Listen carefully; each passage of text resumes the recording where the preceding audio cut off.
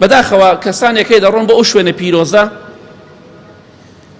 مەکە و مەدینە لەوێ تەنها مەشغوڵی مۆبایلن، بەس تەنها مەشغوڵی مۆبایلن، هەموو شوێنە تەسویرەکەن. یعنی وای لێ هاتۆ پەنا بەخوا چۆن ئەچێ بۆ تورکیا و بۆ شیمالی ئێران و بۆ دووبەی بۆتە پۆز لێدان و خۆ دەرخستن، ئەمڕۆ حەج و عومرەکەش وای لێ هاتۆ، لای زۆربەی خەڵکی وای لێ هاتۆ بۆتە شوێنی پۆز لێدان. ئەی نازانی خەڵکەیە کاتێککە سەیری تۆ ئەکات توانای نییە بچێ بۆ عومرە دەسەکا بەگریان، ئەبیتە هۆکارێک بۆ ئەوەی کە تاوانباری چونکە پۆز لێدەی، چونکە خۆت بە گەورە دەزانی، خۆت بە مهم دەزانی، لەو لاشەوە کەسانێکەیە توانای نێ دەسەکەن بە گریان خەفەتە خۆن بەهۆی تۆوە، بیتە هۆکاری ئەوەی کە خەفەت بە خەڵکی بدەی.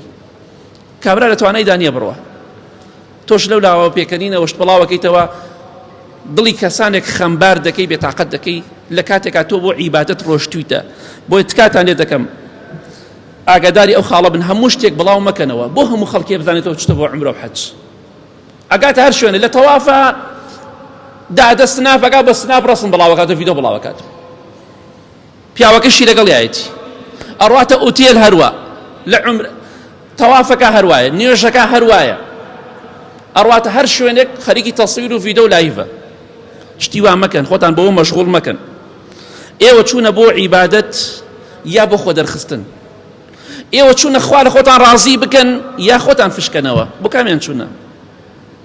تۆ خۆت مەیکە با خەڵک تەسویرت کە، بەس خۆت پۆز لێ مەدە، چونکە ئەوە شوێنی عیبادەتە. جمعەی پێشوو باسم کرد با کۆمەڵێن نهێنیتە بێ بۆ خوا بێ. تەوافەکەی من لەیرەوە چوزانم تۆ تەوافەکەی ئەگەر پێشانی منی نەدەی، منێ لە کوردستانم چوزانم تۆ خەریکی نوێژکردنی ئەگە تۆ بە منی نەڵێی، پێویست ناکە بڵاوی کەیتەوە بۆ هەموو خەڵکی بزانێ خەریکی نوێژ و عیبادەت و تەواف و دەی کاگە قورئانە خوێنم، قورئانەکەم کردەوە ڕەسمم بگرە، فڵان کەس خەریک قورئان خوێندنە ڕەسمم بگرە، باسی کەسێ ناکەم ئاگای لە خۆی نییە. بۆی خۆشەویستان تکاتان لێ دەکەم گوێ بگرن، پێغەمبەری خوا فەرمێ صلی الله عليه وسلم لە حەدیثێکی صحیح تەرغیبە: من سمع الناس بعمله سمع الله به مسامع خلقه وحقره وصغره. زۆر ترسناکە هەر کەسێک خەریکی سمعە و ناودەرکردن بێ، کردەوەکانی پیشانی خەڵکی بدە، کردەوەکان عومرەیە، حەجە، قورئان خوێندنە، تەوافە، هەر کەسێک کردەوەکانی پیشانی خەڵکی بدا بۆ سمعەت و ناودەرکردن، خوای گەورە لە ڕۆژی قیامەتە لە ساحەی مەحشەرە فەزحی ئەکا و کەرامەتی ئەشکێنێ.